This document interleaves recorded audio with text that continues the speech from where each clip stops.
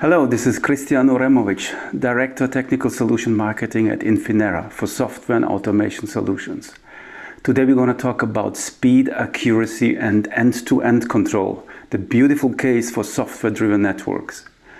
I have also Chris Espo with me today. He is from Liberty, Director Strategy, Roadmap and Innovation.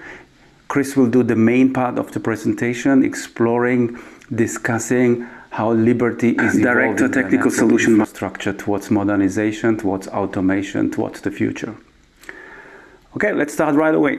Digital transformation, cloudification, virtualization is already changing the way how we manage, operate, and control our networks. In addition, our networks are growing in a constant mode. We are adding generations of equipment while keeping the old generation of equipment running. So things are getting more and more complex.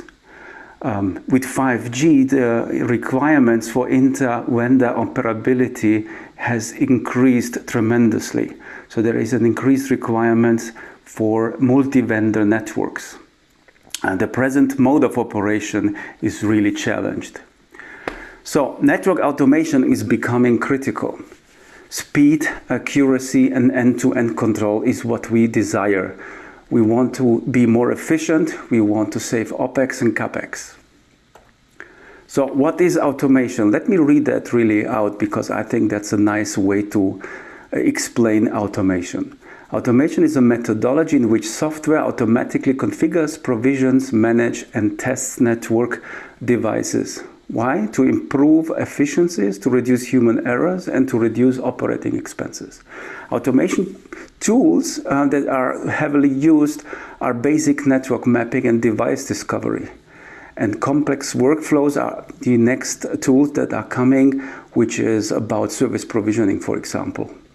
Automation is also helping to enable new type of services, especially when we think about 5G. It is also marketing at Infinera for software and automation solutions. Today we're going to talk about speed, accuracy and end-to-end control. Really operational aspects are under attack by automation. So let's look at the IHS key drivers, and that's pretty much the same. So if you look at the drivers, they talk about operators are reporting that simplification and automation in service provisioning is important. That end-to-end network operation is important, especially when you think about multi-vendors, improved capital and operational efficiencies. That's a no-brainer, if you will, and simplification, automation of network capacity planning. So planning is another key driver for network automation. If you look at the top application, operators are reporting this is about centralized path computation, about dynamic resource optimization, real-time network planning, and real-time resource topologies. So this means that we do not have today the ability to have real-time information from the network in a comprehensive way so that we can run proper automation. Where is automation in the hype cycle? Looking at the Gartner's hype cycle, I think it's good to see that we have passed the peak of inflated expectations, which means we can qualify and quantify the benefits of network automation, which means that operators are starting to evolve, starting to deploy, starting to test network automations in their networks. Yeah, let me walk you through a couple of steps of how we can evolve from simple network discovery towards analytics and towards automation. So simple network discovery is basically helping us to discover what we have in our networks in a unified way. However, we still have different protocols. And that's the challenge today. That's why we have a lot of silos of management system.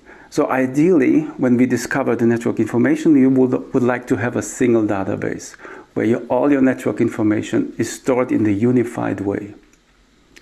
Then, once you have that stored in the unified way, we can visualize network in different layers. We can visualize networks according to equipment types, which is very useful for network migration purposes. You can verify and visualize your network synchronization and all other sorts of aspects. And now we come to the analytics part. So basically, analytics is interpreting the data that we are discovering and collecting and storing. Interpretation of the data to me is the key aspect of analytics. And once we interpret the data, we can create actions like alarms, alerts, and policies out of these actions. So that's already a very first step of network automation. Now, we can go a step further and we can optimize, right? Based on the analytics, based on the network data that we discovered and interpret, we can apply rules. We can program those rules in our networks.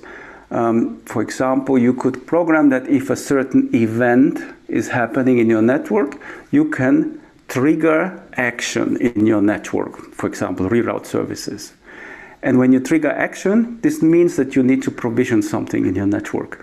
And here, this is where path computation element comes into play. So implementing or provisioning services in your network utilizing a path computation element. And again, keep in mind, this all has to be multi-layer, multi-vendor, and multi-domain. So we're in constant mode of observing, analyzing, learning, programming, executing. So we have really a closed loop automation that we can set up and constantly improve our network as we move on with network automation. So from Infinera, we have done a lot of automation cases already with operators. And one of the key learnings is to have really proper steps. And I think I mentioned it already. The first step is really a comprehensive network discovery and network visualization. So this is the major task that we have to deliver today, which is still not in place. A unified collection of data across your network with multiple of generations, with multiple protocols.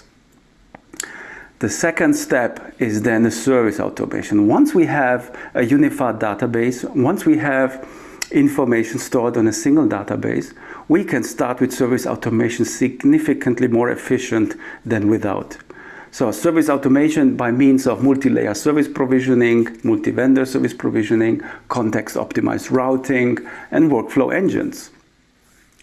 Once we master service automation, dynamic optimization use cases find its way. So here is then really the optimal step to implement like machine learning, self-healing networks, closed loop automation significantly more efficient if you would not need constantly to go back to your network elements and write adaptation, for example.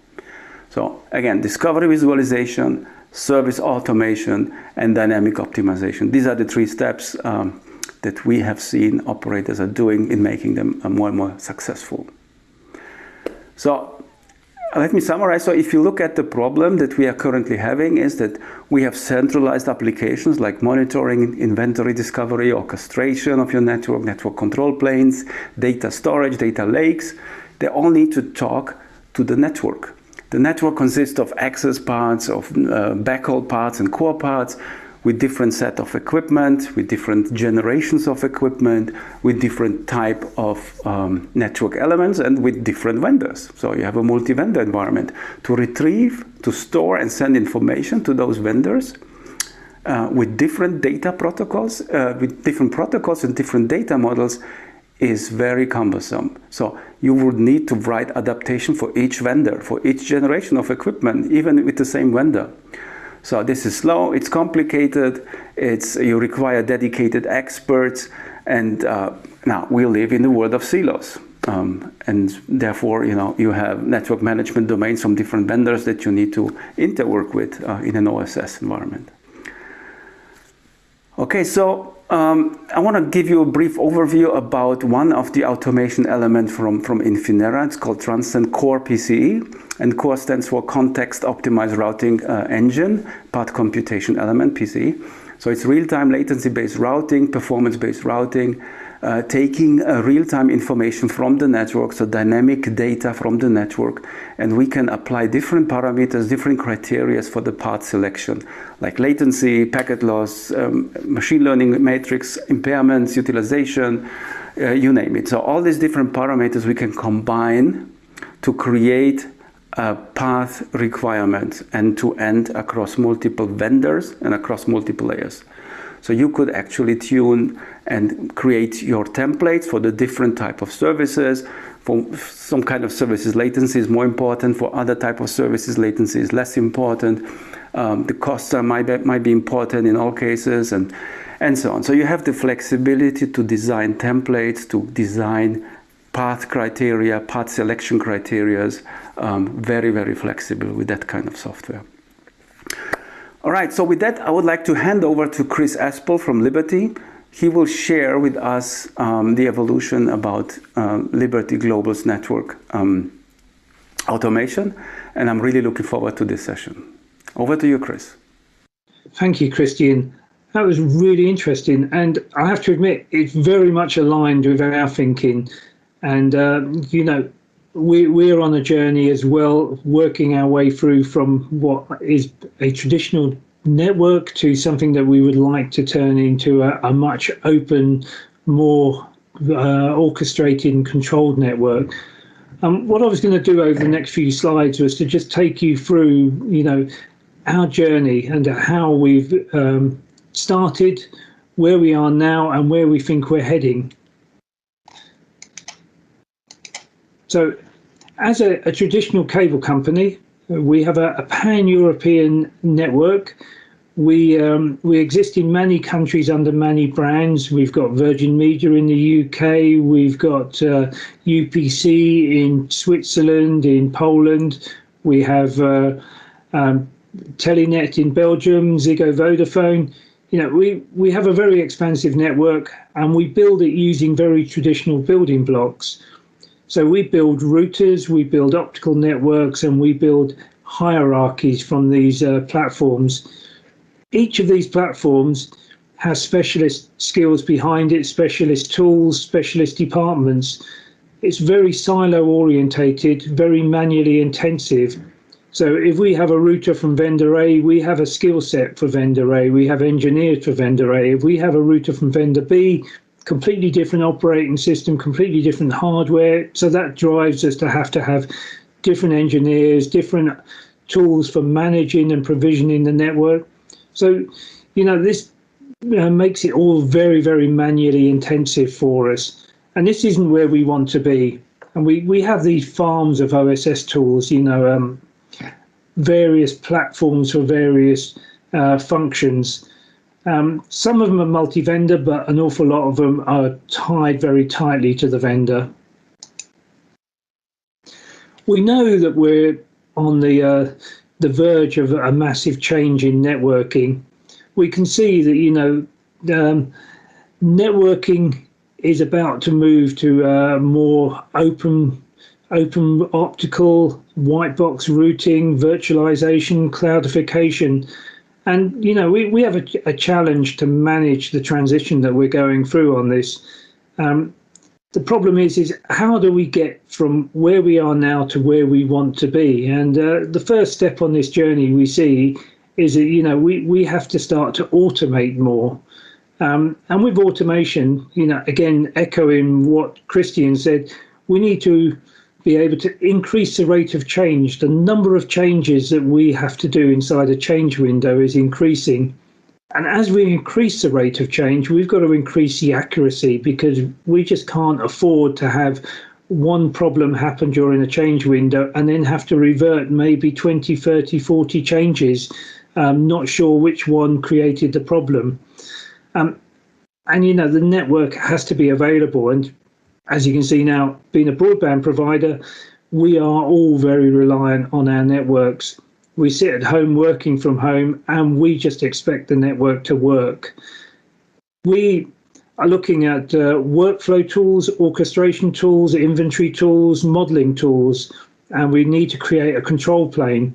And we've got to do all of this whilst keeping within the envelope of budget that has been allocated to us. So we've got to modernize our networks, we've got to grow the scale of our networks, but we mustn't spend any more than we did the previous year. So, you know, it's quite a challenge. We have a target vision of the kind of network that we would like to have. So, you know, what we want is a network with a fully integrated control plane. So the fabric of the network, every component of the network will be orchestrated, will be controlled. Every flow of every packet will be known through the network and will have a path etched through the network to meet its specifications. We are also looking at, how cloudification is going to impact the network. So as an example, we are going to end out with compute edge to edge. We don't want to be able to see the seam between what is network fabric and what is network compute and what is virtual network function. So all of these things need to be controlled and orchestrated seamlessly. We will move to network technologies like network slicing, segment routing, so that, again, we can slice the network any way we like, service by service, and no one will ever know that they are all sharing the same network, but they will feel like they are getting an individual service from us. But we're not there yet. So the first step in getting us ready for this is that what we need to do is start to put in some vendor agnostic tools. So we've started by putting in the components of a control plane. So we are putting in orchestrators, we are putting in inventory tools, and we're putting in path computation elements, and we are putting in modeling tools. This way that we can start to offload some of the functions that are sitting inside the OSS. We can start to abstract away some of the manual tasks that are done, produce workflows that dovetail into our existing processes, take what were very skilled jobs of people going in and configuring things through CLI and start to script them, start to template them, so that now we start to get consistency, we start to get speed of configuration. So this is our first step. The network elements you'll see here haven't changed from the earlier slide. They've stayed the same. So we still have our traditional routers, our traditional optical systems. What we've done now is we've just started to build ourselves some automation to sit over the top that will allow us then to start to swap out one by one the components in the network. I'm going to give you a feel for some of our journey, because we've been on quite a journey here. Actually, the first time that SDN was mentioned as a term to me was around about 2010. And I remember putting it on a roadmap, and it was just a tiny dot in the distant future. It was somewhere between 5 to 10 years away, long enough away that nobody could ask me too many questions, but near enough that, you could start to gain some interest and start to get people, coming to me and giving me information on it. In 2013, we had a number of execs start to say, we're hearing SDN a lot. What's our story? What's our roadmap? What's our plan? So we started to pull together some plans. We started to do a little bit of investigation. In 2014, we created a steering group and a bunch of working groups. There would have been about 20 of us scattered across the organisation, all looking at this in various guises. So we had B2B who were looking at it. They were looking at virtual CPE. They were playing with, well, how can this, change things like our traditional VPNs? Can it make it cheaper, faster? Can it add more value add to our customers? We were looking at the network side, so we called it SD-WAN at the time, so software-defined WAN, and we were looking at, network controllers. We were looking at our cable service.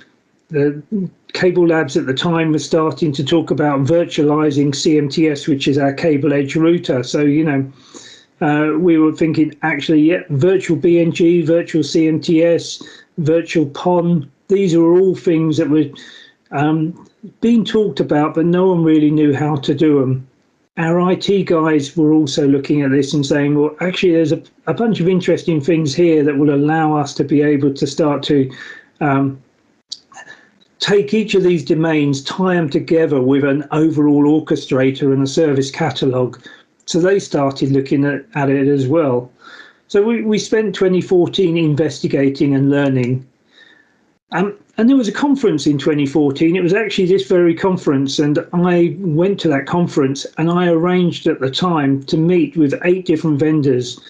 The topic of conversation at the time was network controllers, because we had things like Open Daylight. There was, a fairly new beast at the time. And we wanted to understand what each of the vendors was doing with their controllers. We'd had private conversations with them, but what we did was we got them all in a room together. We asked them, how does your controller work with their controller? What modeling languages are you going to use? We were lucky enough to walk out there with some consensus that, controllers will hierarchy. We all take that for granted now. But at that time, there was a lot of questions. And also that they would all converge on using Yang as a modeling language, which again, at the time, it wasn't the only modeling language. So we were quite happy to walk out of there with some certainty. Through the working groups, then, we were able to create a single framework. This framework allowed us to give something to focus on as a company. We were able to go up to our senior execs and get some sponsorship. The framework, this is the framework that we built at the time. And as you can see here, we had the service order manager, which was IT. We had networking SDN in the middle there, which was my area. And the B2B guys, they were looking at virtualized systems sitting in the data center. The access guys were looking at virtualized CMTS. We put an RFI out because we were, where do you start on a beast like this? And we weren't sure. So we put an RFI out, I think, to about 10 vendors of all kinds, traditional vendors, software vendors, and a few new world vendors, just to get a view of, well, here's the shape of our network. Here's our problem. Tell us what you would do with it. And from that, we then formed an RFP that we pushed out. That RFP allowed me to run what we now retermed Transport SDN. We had to change the name because SD-WAN or WAN SDN were interchangeable and people started getting confused, and SD-WAN was now a term that was being widely used in the industry for B2B VPNs. The B2B guys at the same time, they started tendering for an SD-WAN, and the IT guys for a service order manager to sit over the top of the network. So we jointly put out RFPs. We used the same framework as the backdrop. We sent that out to a multitude of vendors, and in some instances, the same vendor might get the same RFP 3 times.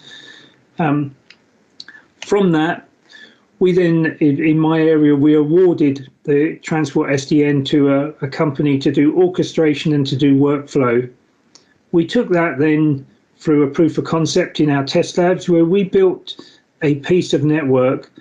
We had worked out that the first place that we needed to start was on our cable edge. It was the side of the network that was growing the fastest. We were putting in about 2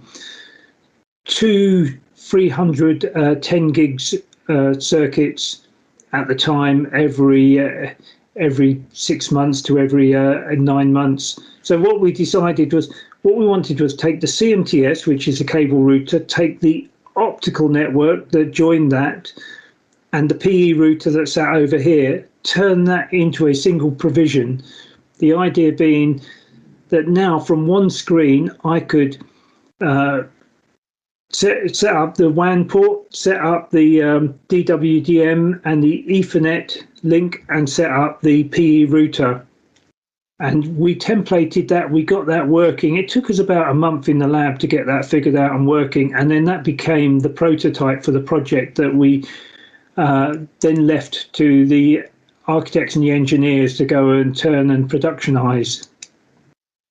We then turned our focus onto the design side.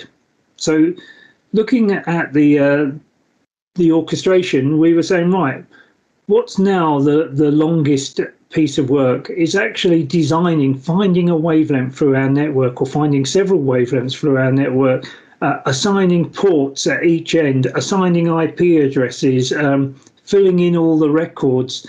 Could we automate that design process? And this led us to start looking at TAPI, which was a gateway into the optical network, to allow us to be able to pull the optical inventory out, expose all the available capacity, all the wavelengths, be able to find wavelength paths, attach them to 2 ports. We went through and we did a successful POC on this, but the reality was TAPI 1.0 and the controller that we were using, which was an open daylight based controller, were all rather immature at that point in time. And the chances of productionizing that were fairly slim. So what we did, we abandoned that and we thought we'd move on. And we moved on to PCE. So we seen that actually this is a component of PCE. With a PCE, building a model, a digital twin of your network, having everything in there, you can then create your designs inside of there. You can also do your what if modeling. You can do, what does it look like now? What would it look like in a future state with changing of traffic, changing of topology?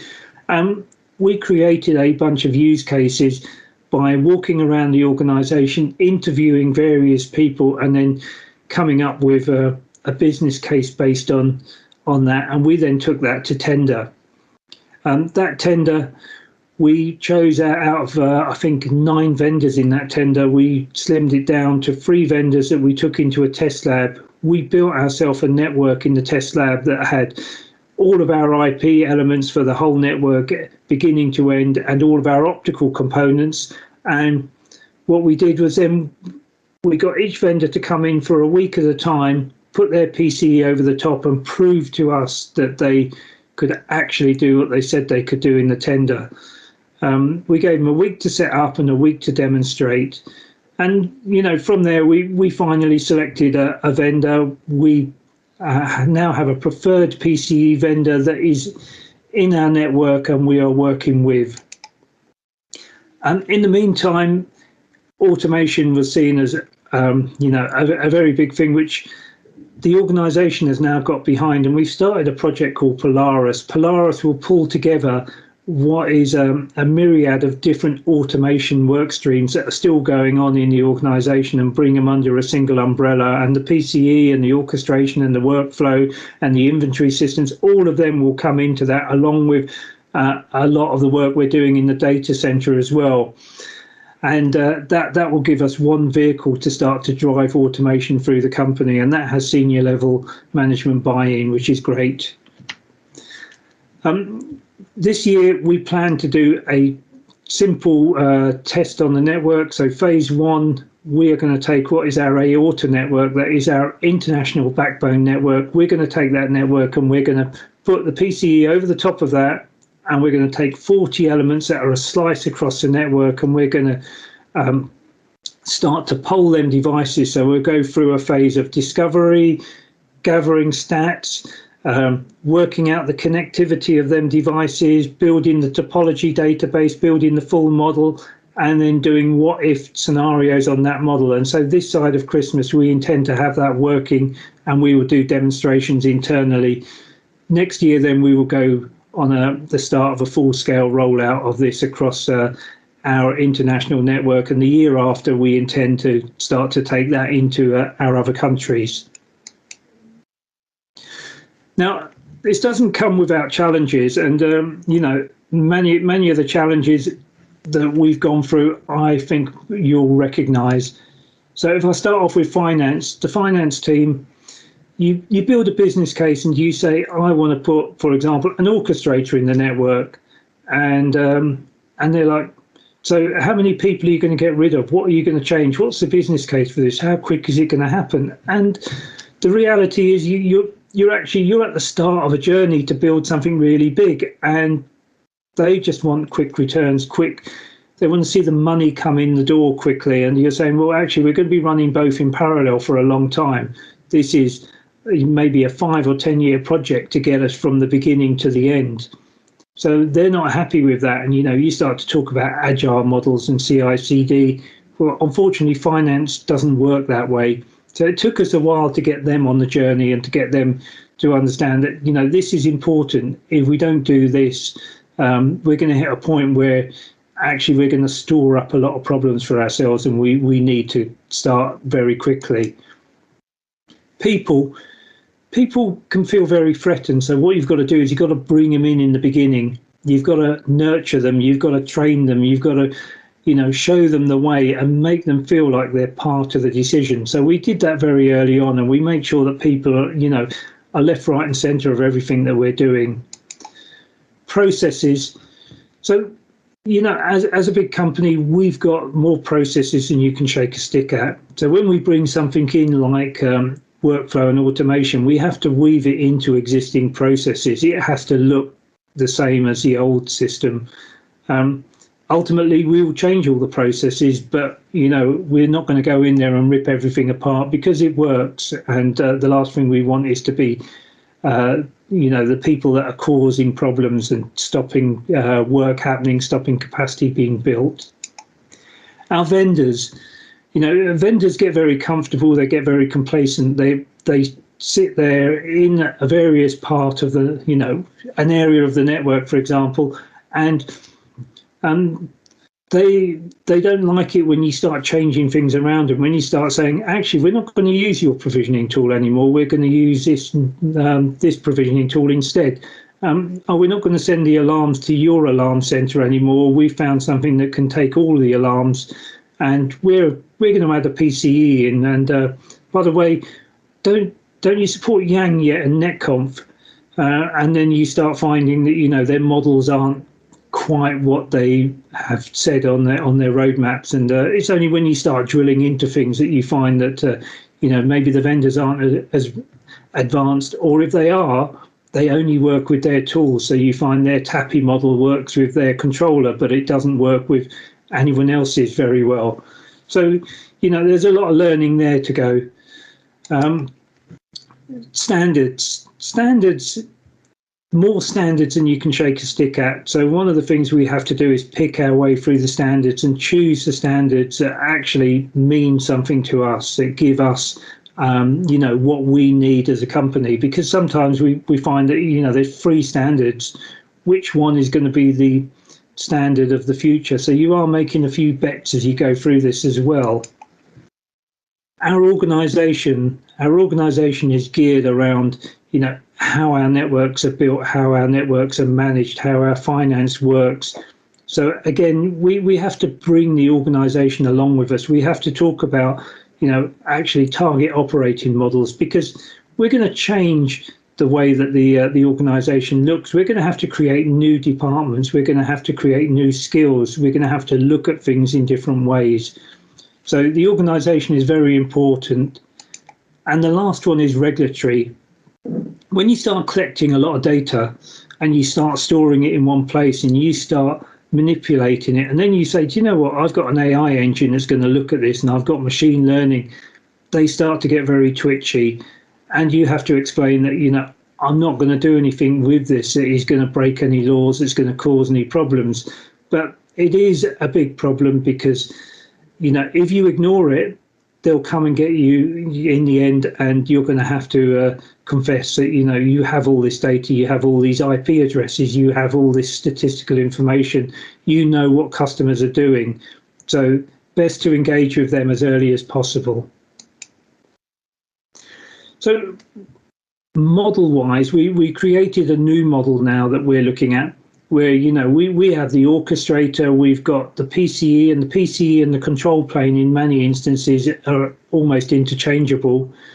Inventory, I've got inventory right in the middle there because inventory is so important. If you don't know what you've got, you won't know, what you need to do with that information. You need to know everything in your network, every patch lead, where every piece of equipment is and what its capabilities are. Taking this model, you can see here what I've drawn on here is a number of the use cases, and you see there on network control plane and PCE network design. And the network design partly sits with the inventory, partly sits with the orchestration. These things all overlap. So this is where the workflow comes in, because the workflow ties these things together, tasks things together so that you can do various functions.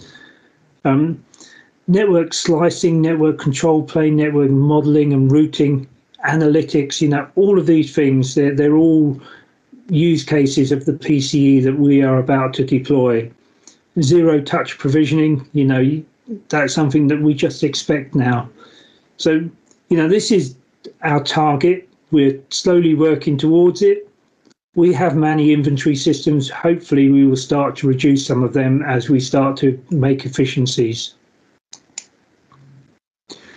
And, back to our target network again, this is where we're trying to head to. We want this network to be invisible to the customer, but to allow the customer to seamlessly get to anything they want, to be flexible enough that we can configure it in any way that we want, that we can move a workload or a VNF anywhere we want, and the network doesn't care where it is because it's just another routable element on the network. And, we're not stopping there. We plan to take, the control out further into the home. We'll go right the way through to your Wi-Fi, right the way to the device. And we want to go right the way out to our other service providers, out to content providers, out to cloud networks. The idea being is that at some point in time, we will have APIs that allow us to go and talk to anyone we want, to make a connection to allow us to give the best service possible. Okay, and I thank you for your time. And if you have any questions, please let me know. Thank you very much.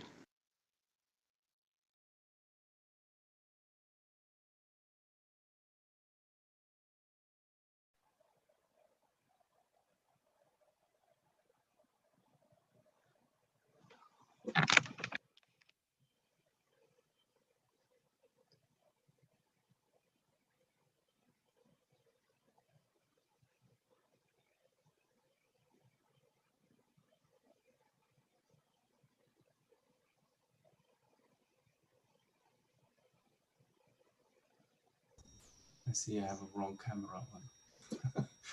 I hear it. Hello. Hey. Yeah, I have answered a lot of questions, mostly have been on my end, Chris. So I needed to open up a browser where I could see our session in parallel running, so where the chat window is. I haven't spotted any question for you specifically. I don't know if you're looking at the chat window as well. Yeah, I can see there's one on TAPI. TAPI is an area that I'm very interested in. TAPI is a technology or a standard that is growing in a great way, to be honest. And with things like streaming coming into TAPI, I think that's going to be a very important interface. Yeah. Apart from it, there have been a lot of questions, which I loved. So we seem to be talking the right language, Chris. Yeah. Milad, how long is the session? Are we good on time? We have a couple of minutes, Christian. Okay. So we can stay online if there are any other questions you want to raise or somebody.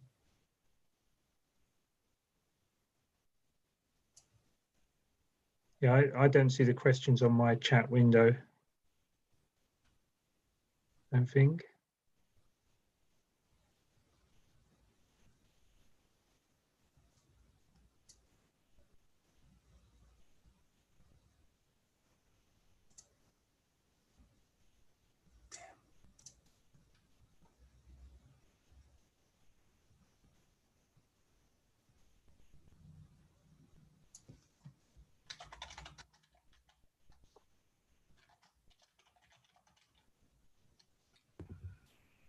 There's a question.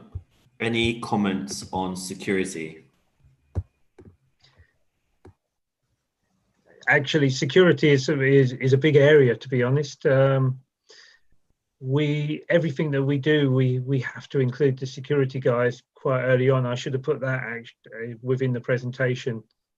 The security guys want to know that we're securing the data properly. They want to know how we're talking to the network. They want to know the capability of each user, because one of the problems that you do have is that when you put a powerful tool over the top of your network, not only can it do good, it can wreak havoc if you allow it to. So you need to have very tight user controls over the tool So for example, on your orchestrator, not only can you configure the network, you can deconfigure the network very quickly. So again, we have role-based authentication. We keep people within certain remits of what they're allowed to do and what they're allowed to configure.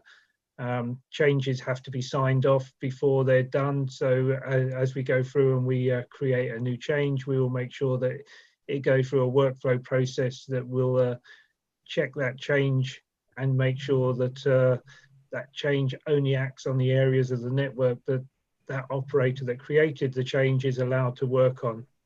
So yeah, security is massive here. And making sure also that your tools can't be seen from the outside world is very obvious, but you know, you do need to check that. Chris, we have another one. How have you solved the problem with common network design, supporting configuration templates and configure network following common design? Yeah, I suppose the best way to answer that, many of the things that we do are repetitive tasks. So, you know, adding links in network, adding routes in network, adding peers to our network, you know, as an ISP, a lot of these tasks are easy to template, but you then get to the one-off tasks, and yeah, you probably won't template them. You will still have an expert come in and do them because it might be something that you only do once a year. So there is a balance here as to what you automate and what you don't automate. But you will still use your automation tools, but you're going to need someone that's more of an expert to sit in front of the tool and steer it.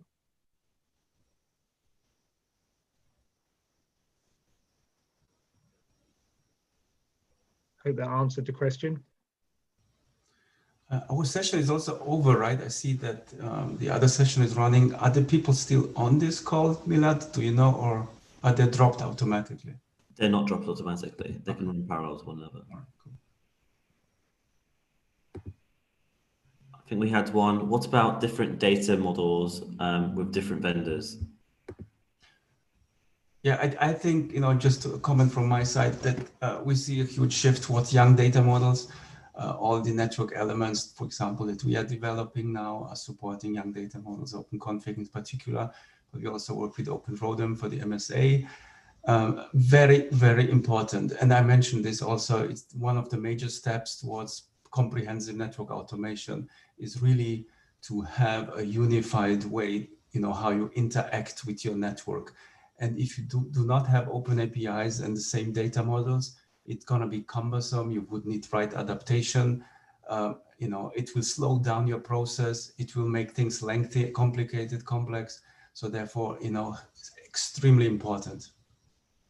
And as I said, young data models are seen, you know, to be the ones that, especially in the optical transport and also IP transport domain, are, you know, getting more and more traction and relevant. And I would add to that, they have to be published, because one of the problems we have is some vendors don't publish their models. We find that also they have their own proprietary extensions to them as well, which need to be fully understood. So two vendors might achieve the same thing in different ways, and that causes a problem because we then have to customize our tools around them. That's totally right. And, you know, some of the open config models, for example, they are not complete. They're still evolving, right? That's why some of the vendors are having their, you know, proprietary extensions. And yeah, that, you know, that's a key area for our industry. It's right now, it's the key area for our industry, really to evolve and to agree and to apply those common data models and to publish them, as you say, Chris. That's right. Yeah, agree. Yeah, and it's not just in Yang. We've seen it on streaming telemetry, for example, as well. Yeah. But also here, gRPC, GNMI are the ones that are evolving, right? Mostly. Yeah. I think the person who asked the question said that Yang model is not DB model. They're using SQL for data modeling. Okay. Do not have experience with those myself. Brilliant. Okay, Christian, thank you very much. I'm sure we'll get questions coming in throughout the day in the chat box, and I'm sure you guys will be around to answer those at some point today when they come in. Yeah, also from my side, Chris, thank you for your support here, for your presentation. As I said, I think we hit the right language. We got a lot of actions and activities in the chat. So I think it was a great session. Thank you.